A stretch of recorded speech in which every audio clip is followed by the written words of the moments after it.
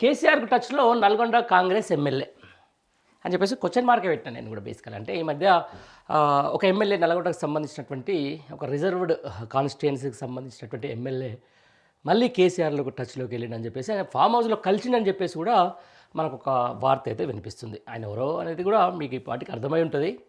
గతంలో ఆయన బీఆర్ఎస్ పార్టీలో పనిచేసి ఎమ్మెల్యే కూడా గెలిచినటువంటి వ్యక్తి. చాలా రోజులుగా కాంగ్రెస్ పార్టీలో అత్యంత ఎక్కువగా హ్యూమిలేషన్కి గురవుతున్నటువంటి వ్యక్తి. ఇక్కడంటే సాక్షాత్తు ముఖ్యమంత్రి స్థాయి వ్యక్తి ఆ నల్గొండ ప్రాంతానికి వెళ్తే ఆయనని కనీసం లోపలి కూడా రానియకుండా అడ్డుకున్నటువంటి ఒక దళిత్ కావచ్చు, లేకపోతే రిజర్వ్డ్ కాన్స్టిట్యుయెన్సీ ఎమ్మెల్యేగా ఇది కావచ్చు. కానీ అక్కడ ఉన్నటువంటి ఆ ఎమ్మెల్యేకు ప్రోటోకాల్కు సంబంధించిన దాంట్లో కూడా కాకుండా కనీసం ఆయనని గుర్తు కూడా పట్టకుండా బయటికి నెట్టేయడంతో అప్పుడు ఆయన ఎంత ఆగ్రహం వ్యక్తం చేసిండో. ఆ తర్వాత నా ఎమ్మెల్యే నన్ను కాదు నా ఎమ్మెల్యే పదవి కూడా గౌరవం ఇవ్వలేదని చెప్పేసి కూడా ఆయన స్పీకర్ కూడా ఫిర్యాదు చేసిన మాట మీ అందరికి తెలిసిందే. ఈ నేపథ్యంలోనే అంటే బేసికల్గా ఆయన ఉద్యమ నేపథ్యం, అంతకంటే ముందు కొంచెం ఈ నక్సల్బరీ ఇక్కడి నుంచి వచ్చినటువంటి నేపథ్యం కాబట్టి నల్గొండలో ఉన్నటువంటి రెడ్డిల రాజకీయంలో ఆయన ఇమడలేకపోతున్నారు.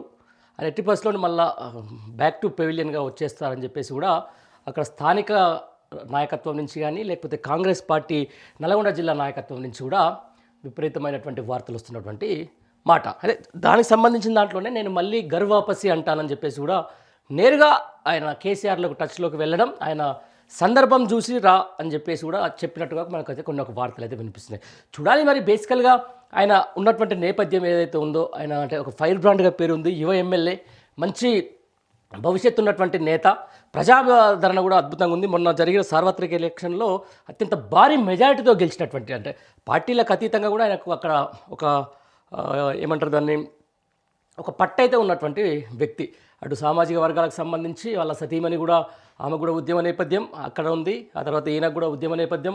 ఈ నేపథ్యాల నేపథ్యంలో ఆయన కొంచెం కాంగ్రెస్ పార్టీకి ప్లస్ అయింది. కానీ ఆ కాంగ్రెస్ పార్టీలో ఉన్నటువంటి రెడ్లతోటి ఆయనకు పొసగడం లేదు. ఆ ఎట్టి పరిస్థితుల్లో ఆ పార్టీలో ఉండేదే లేదన్నట్టుగా ఇప్పటికే కొన్ని వ్యవహారాలకు సంబంధించి అంటిముట్టినట్టుగా ఉంటాడు.